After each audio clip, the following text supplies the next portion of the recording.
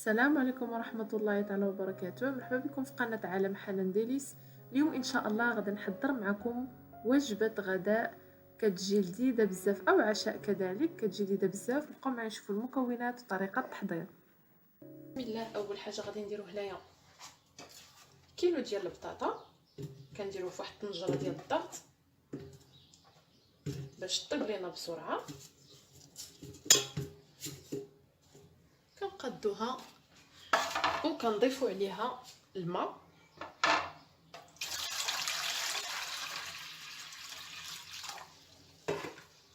كنغطيوها بالماء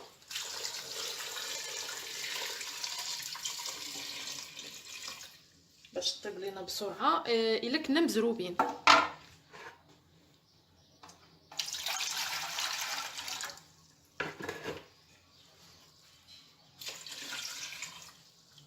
صافي، وكنضيف معها شويه ديال الملح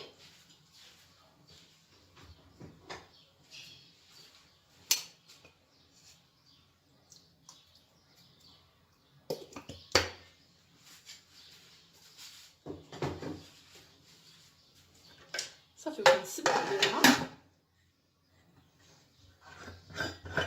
مزيان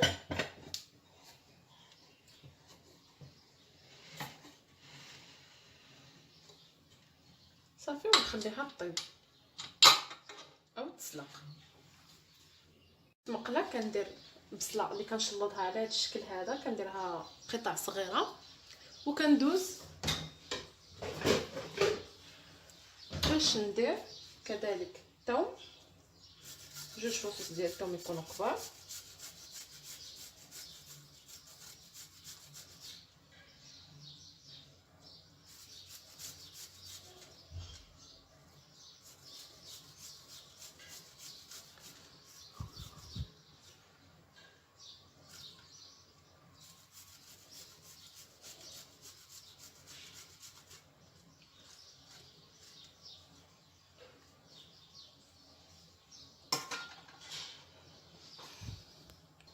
قبل ما نرد البصله تشحر كنضيف عليها الكروم اللي كنقطعو بهذا الشكل هذا.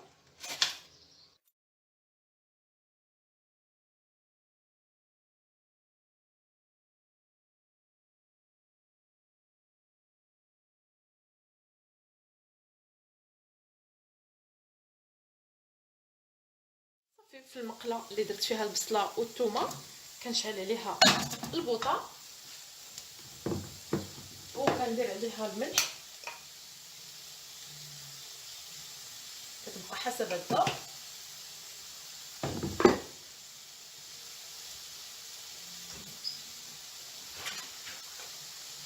كنضيف عليهم الزيت النباتيه حتى كيتشحروا.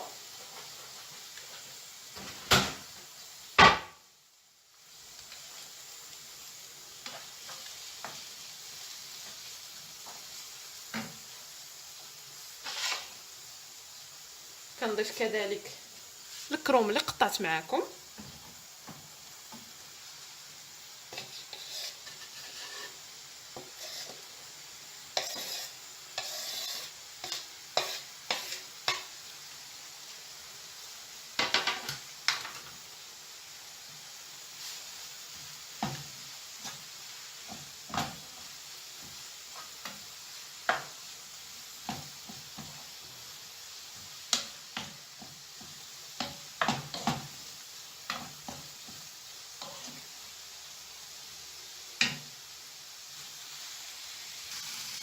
كنضيف اللحم المفروم، كنخليه حتى كيبدا كيجبد ليا شويه لانه كان في كونجيلاتور، وكنبدا كنضيف التوابل.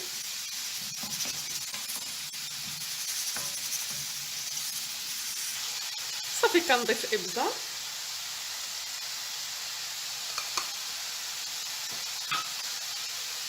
فلفل احمر،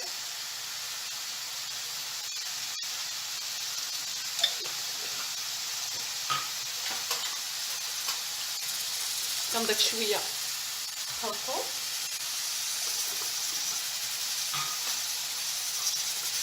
كنجبير او الجنزبيل،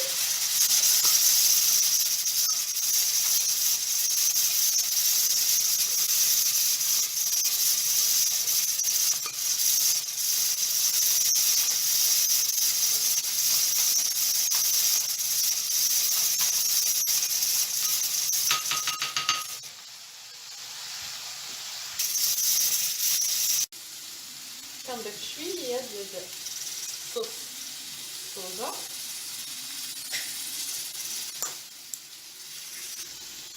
كنضيف كزبره معدنوس،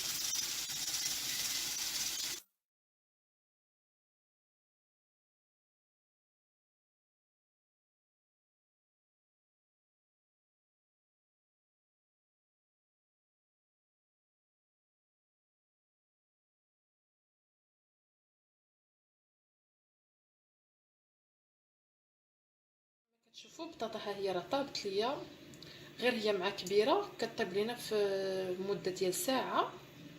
الا كانت درتو موين او صغيره راه كطيب في قل ديال الوقت، نصف ساعه او ربع ساعه.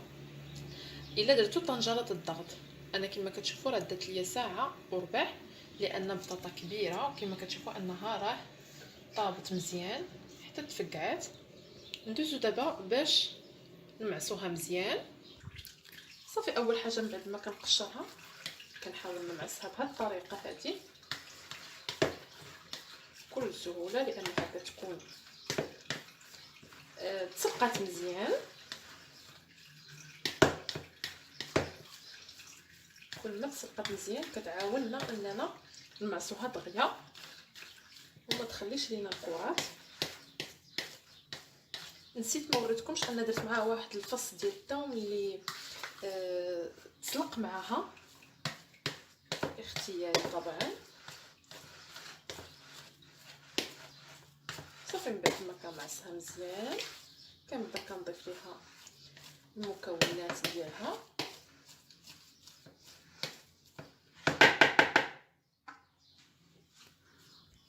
كنضيف ليها قطع من القزبر ومعدنوس،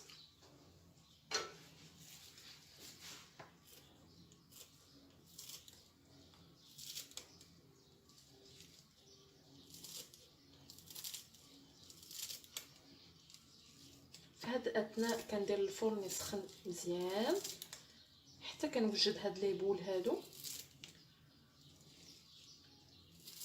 من بعد كنطفي عليه الفوق وكنخليهم يطيبوا على خاطرهم، لان ديجا لا فارس طايبه والبطاطا طايبه، يعني كنبغيو غير يذوب لينا يتجانسوا مع بعضياتهم ويدخل معاهم لا كريم فريش ويذوب لينا لو فرomاج اللي غادي نديرو. صافي، وكنطفيو عليه. صافي، كنضيف انا قزبر ومعدنوس كما قلت لكم، كنخلطو معها.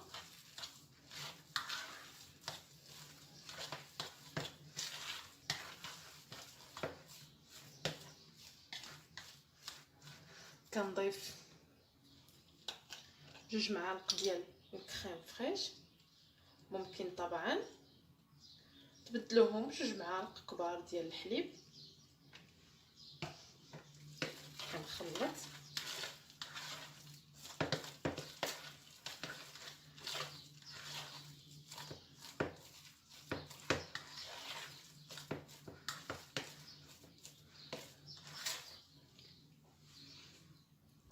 كنضيف الابزار، كنضيف شويه ديال الزعتر، ممكن طبعا تضيفوا كذلك بودره الثوم، اليازير، باش كتفضلوا تنسموا. كنخلط، او ما تكثروش الحليب باش تبقى لكم البطاطا مجموعه، باش دير لكم دوك ليبول وما تعذبكمش. كانت معذباكم دهنوا ايديكم شويه ديال الزيت النباتيه باش تعاونكم ان تكوروها. كنجي لافارس اللي صايبت معكم كنضيف ليها واحد البيضه،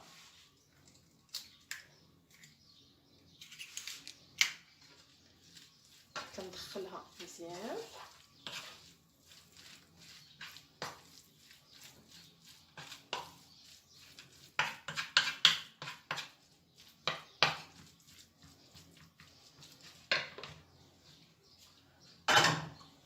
كنجيب المول ديالي كندهنو بشويه ديال الزبده، ودابا كنجيب واحد المول كندهنو بالزبده، شويه ديال الزبده، وكنبدا كنشكل كرات بالبطاطا اللي صايبت معكم. كنقادها بشكل مستطيل، كنحط وحده وحده وكندير حفيره في الوسط، كنقادها من الجنيبات كنديرها بحال العشيش كما كتشوفوا صافي. وكنستمر بنفس الطريقه حتى كنتهي من الكرات كاملين اللي عندي ديال البطاطا، وكندوز باش نعمرهم.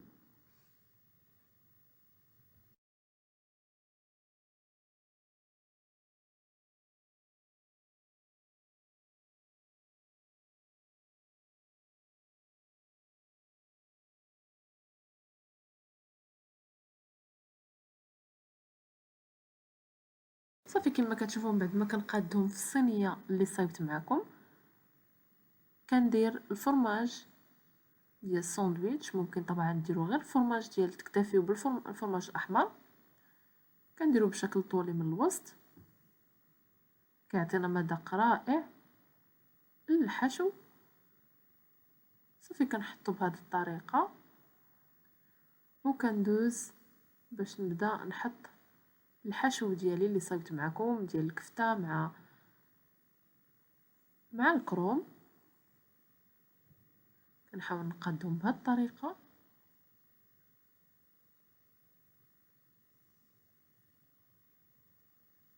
كما كتشوفوا كنصايبهم.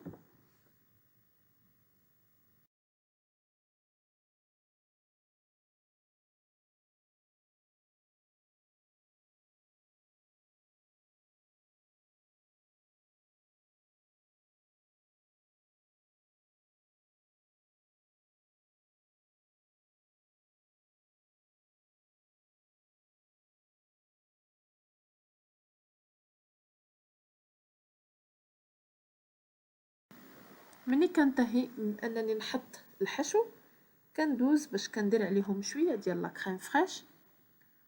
وطبعا ممكن انكم تكتفيو بغير بصوص طوماط اللي صايبت معكم، اي صوص طوماط صراحه كتفضلوا اللي مصايبينها نتوما. كنحاول ندير عليها لا كريم فريش بهذه الطريقه هذه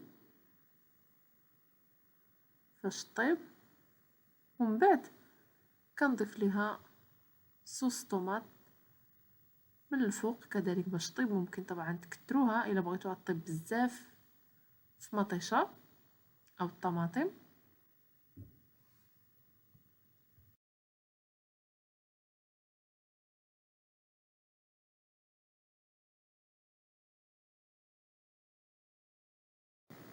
صافي كنحطها عليها وكندوز باش نحط الفرماج الاحمر من الفوق وكندخلها كطيب من التحت، ومن بعد كنشعل عليها الفوق باش يذوب ليا الفرماج، ونتلاقاو باش نوريكم شكلها النهائي.